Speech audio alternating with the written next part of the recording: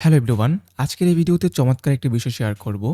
বিশেষ করে যারা ডিজাইনার আছেন বা ফটোশপ, ইলাস্ট্রেটর, ফিগমা এগুলো ইউজ করেন তাদের অনেকের উপকার হতে পারে।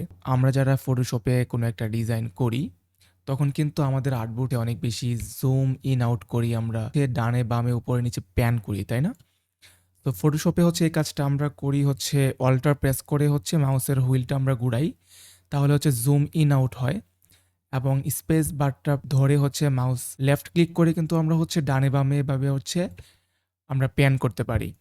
ইলাস্ট্রেটরে যদি আমরা এই কাজটা করতে যাই, সেমভাবে হচ্ছে আমরা অল্ট প্রেস করে হচ্ছে আমরা মাউস হুইলটা ঘুরিয়ে জুম ইন আউট করি এবং হচ্ছে এভাবে প্যান করি স্পেস বারটা চেপে ধরে। সো এই কাজটা হচ্ছে এখানে আরেকভাবে করা যায়, সেটা হলো মাউসের যে মিডল বাটনটা আছে, মানে স্ক্রল হুইলটার প্রেস করলে যে একটা বাটন প্রেস হয় সেটা দিয়ে কিন্তু আমরা হচ্ছে এভাবে প্যান করতে পারি। সো আমরা যদি এখন ফিগমাতে যাই, তো ফিগমাতে কিন্তু আমরা হচ্ছে আবার জুম করতে হইলে হচ্ছে সাধারণত কন্ট্রোলটা চেপে ধরে আমরা কন্ট্রোল চেপে ধরে জুম ইন আউট করি মাউসের হুইলটা ঘুরিয়ে। আর যদি প্যান করতে চাই তাহলে হচ্ছে আমরা স্পেস বার দিয়েও প্যান করতে পারি এবং হচ্ছে মাউসের মিডল যে বাটনটা আছে সেটা দিয়েও কিন্তু আমরা এভাবে প্যান করতে পারি। তো এই কাজটা আরেকটু ইজি ওয়েতে হচ্ছে করা যায়, সেটা হলো আমরা যদি হচ্ছে প্রেফারেন্সে যাই, স্ক্রল হুইল জুম এটা যদি আমরা প্রেস করি তাহলে আমরা মাউসের হুইলটা ঘুরালেই হচ্ছে এটা জুম ইন আউট হবে এবং মাউসের মিডল বাটনটা প্রেস করে কিন্তু আমরা হচ্ছে প্যান করতে পারি। এই কাজটা হচ্ছে আমরা ইলাস্ট্রেটর যদি করি কন্ট্রোল কে প্রেস করব, জুম উইথ মাউস হুইল এটা যদি আমরা চেক ইন করে দিই তাহলে হচ্ছে আমরা এখন মাউসের হুইলটা ঘুরালে এটা হচ্ছে জুম ইন আউট হবে। মিডল বাটনটা প্রেস করে আমরা এভাবে প্যান করতে পারবো।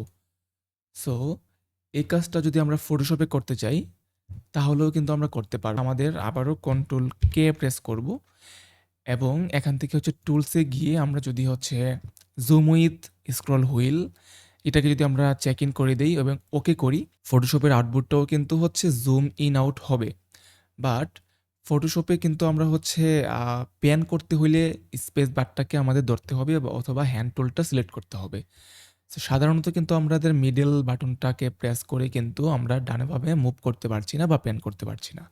সো আমার ভিডিওর মেইন টপিক এটাই ছিল যে ফটোশপে কিভাবে হচ্ছে এই কাজটা করা যায়। ফটোশপে মিডল বাটন দিয়ে প্যান করার জন্য আমাদের ছোট্ট একটা সফটওয়্যার প্রয়োজন হবে। তার জন্য আমরা ব্রাউজারে চলে যাব এবং হচ্ছে এখানে টাইপ করব এক্স মাউস বাটন কন্ট্রোল লিখে আমরা সার্চ করব।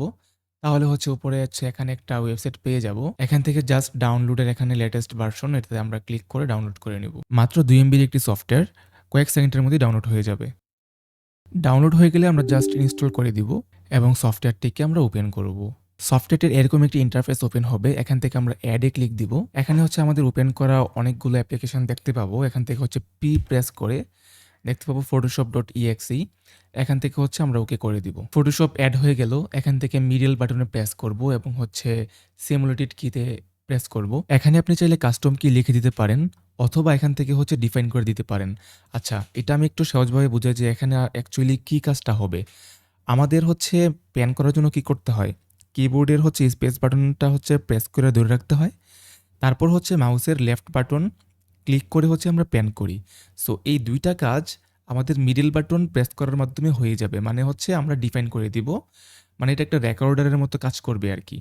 সো এটার জন্য হচ্ছে আমরা এখানে ড্রপ ডাউন মেনুতে হচ্ছে ক্লিক করব। স্ট্যান্ডার্ড কিতে আমরা এখানে হোভার করব। হোভার করার পরে এখানে হচ্ছে আমরা স্পেসে ক্লিক করব। তাহলে হচ্ছে স্পেসটা এখানে চলে আসলো। সেমভাবে আবারও ড্রপ ডাউন মেনুতে ক্লিক করব এবং হচ্ছে আমাদের মাউস বাটনস, মানে হচ্ছে আমাদের লেফট বাটনটা তো আমরা প্রেস করি, তাই না?